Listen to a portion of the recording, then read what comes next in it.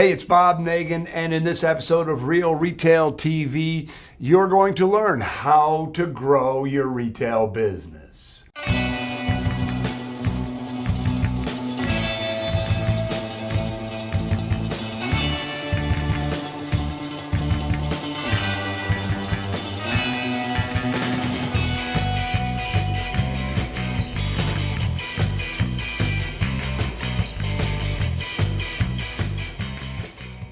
So first of all, I understand that there is more to running a successful business. There are more ways to grow your business than to just increase your sales.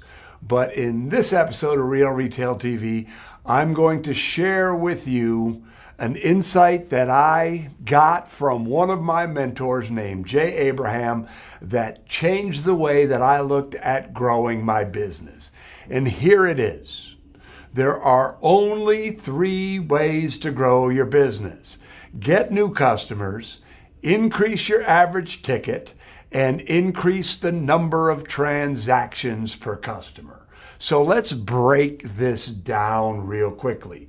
So getting new customers is the hardest way to grow your business. It costs the most money, it's the most work, but new customers are the lifeblood of any business. So you have to do the work. You can't just assume that people are going to find you. And this is where marketing comes in. The second way to grow your business is to increase the average ticket. Interestingly enough, growing your average ticket is the easiest way to grow your business.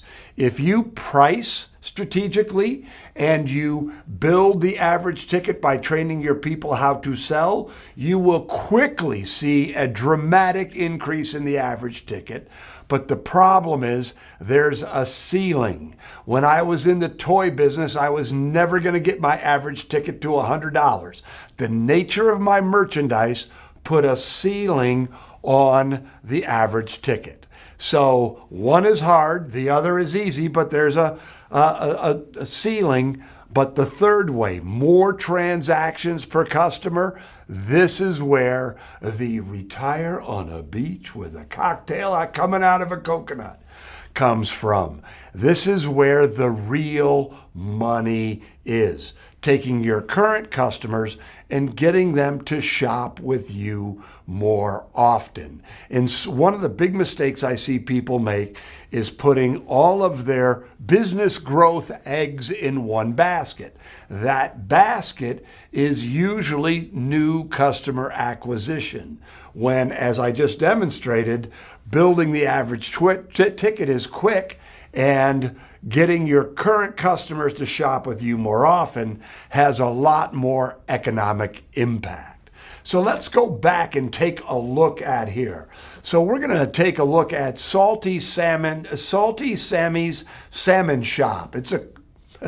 It's a store I just made up, but let's just take a look at what this means to you and why it makes sense to pay attention to all 3. So right now, Salty Sammy's Salmon Shop, I'm going to have to find a different name here, has 100 customers.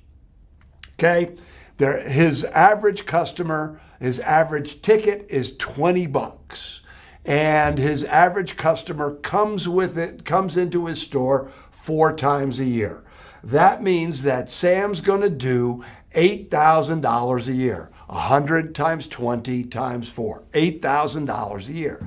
But now, if Sam understands this framework of the 3 ways to grow his business, and he wants to sell more salty salmon, here's what happens. So he increases his customer base by only 5%. So now Sam has 105 customers. He's increased his average ticket. He does some sales training, he's on it. So you can get a lot more than 5% with sales training. But so he gets this going, and now his average ticket has gone up 5%. So his average ticket went from 20 to 21. Sam is doing a good job getting people back in. He's doing a good job with his in-store experience. He's getting some customer loyalty going. He's got a loyalty program. He's doing some promotions, that sort of thing. but not too good. He's only getting a 5% increase. So his average number of customers per year goes from 4 visits to 4.2. So now what's happened, 105, the number of customers, 21, the average ticket, 4.2, the average number of visits. All of a sudden, Sam's sales are $9,261, an almost 15% increase in his sales. Not by putting a bunch of eggs into one basket, by merely getting a little bit from each. 5%, 5%, 5% equals 15%. It's the power of geometric growth. So this is how I'm asking you to think about growing your business. I'm asking you to understand that if you do a little bit in each of the ways, you're going to see big growths. Don't put all of your eggs in one of those baskets. The big money, the retiring on a beach with a cocktail and a coconut, comes from getting your customers to stay with you for more years. And there's a specific set of strategies around that. But just recognize that when you look at your numbers this way, when you understand that there are 3 ways to grow your business, and if you look at the 4 numbers to look at, then all of a sudden your business starts to make a lot of sense. You know where to put your energy. You know where to put your effort.